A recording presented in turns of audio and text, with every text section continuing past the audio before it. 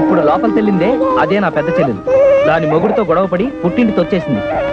ఇది దాని తూతురే, అదేమో చిన్న చెల్లెలు, వీడేమో నా తమ్ముడు. ఆ ఇంటర్వ్యూలో ఇవన్నీ నువ్వు అడగలేదు కదా, అందుకే నేను చెప్పలేదు. ఆగాగు, కోడల పిల్లకి హారతి నేను ఇస్తాను, ఇవ్వమ్మా. అబ్బా ఉంటున్నా, ఇవన్నీ ఆడవాళ్ళు చేసే పనులు, నీకెందుకు? నేను లేనప్పుడు చూసి నా బట్టలు నువ్వేస్తుంటావా? ఈయనే మా నాన్న.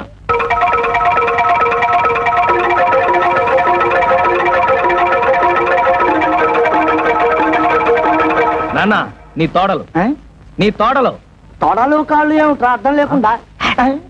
బాత్రూమ్ లో తాలు జారి కింద పడితే తాచరం జారిపోయింది, అందుతే నీ తోడలు. ఓహో, కోడలకు వచ్చిన పాటలా ఇవి. అయినా నీకు ఎన్ని అక్షరాలు పోతే అందరికీ అంత మంచిది. హారతి ఇవ్వమ్మా.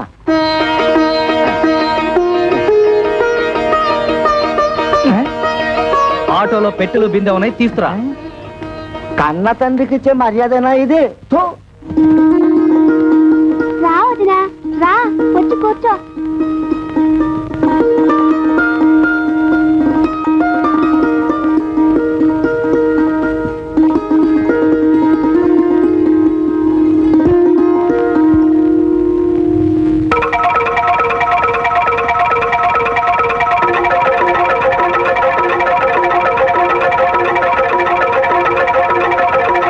అబ్బే ఏం లేదు, మా నాన్న పచ్చి దొంగ, అందుతే కిరసనాయిల డబ్బాతో సహా తాళాలు వేసేశాను.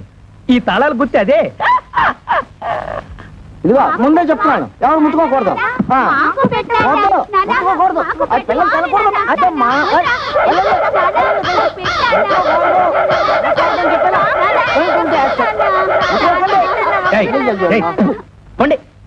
తల్లని మోక అయిపోయారు. ఏంటి నువ్వు తోడా చిన్నపిల్లలతో? అడిగినవన్నీ ఇప్పించామని పోరా. ఏంటి ఇప్పించేది నీతు?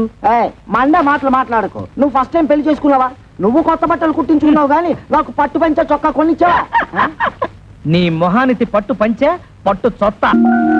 మర్యాద మర్యాద ఏంటి నీతు మర్యాద ఇచ్చేది? మర్యాద నాతో తోపం వచ్చే లోపల బయట నడు. కొత్త పిల్ల ఉంది కదా అని చూస్తున్నా. నేను కొత్త కోడలు ఉంది కదా అని చూస్తున్నా, లేకపోతే చించేసేవాడిని. చింపేవాడు. సిగ్గులేని జన్మ. చూడు కవిత, ఏదో చిన్న అబద్ధం చెప్పానని లాగి లెంపతాయి తొట్టావు, తాపోయింది. ఇలాంటి వాడి తడుపున పుడితే రోజు హరిశ్చంద్రుడైనా సరే 1000 అబద్ధాలు చెప్పాల్సిందే. మరి నేను ఎలాంటి పరిస్థితుల్లో అబద్ధం చెప్పాల్సి వచ్చిందో ఒక్కసారి ఆలోచించుతావు. అబ్బబ్బా, ఈ పోయి ఊదలేక చస్తున్నాను. ఊది ఊది నా ఊపిరితిత్తులు తెగిపోయేలా ఉన్నాయి. కవిత, నువ్వు నా భార్యవి. నీ దగ్గర నా మనసు విప్పి చెప్పుకోవడంలో తప్పులేదు. ఈ ఇంట్లో ఏ ఒత్తరైన ఉద్యోగం చేసి నాతో కాస్త అండగా ఉంటే అన్ని సమస్యలు తీర్చేస్తాను. ఈ విషయం నీతెందుకు చెప్తున్నానంటే, ఈ ఇంట్లో నా సమస్యను అర్థం చేసుకోదలా ఏతైత వ్యక్తి నువ్వే. ఇవాళ 1వ తారీఖు కదా, సాయంత్రం 6 అయిపోయింది. కవిత ఇంత ఆఫీస్ నుంచి రాలేదు. బహుశా బస్సు లేట్ అయిపోయి ఉంటుంది. ఏమిట్రా, నెలాఖరు కదా, మీ ఆవిడ జీతం తెస్తుందలా కాలు గాలిన పిల్లలు అటు ఇటు తిరుగుతున్నావు. నీ తెందుతూ పోతా పోతా.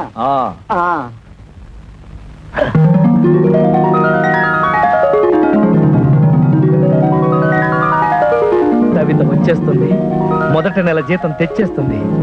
స్వాగతం పలకాలి, చెప్తా.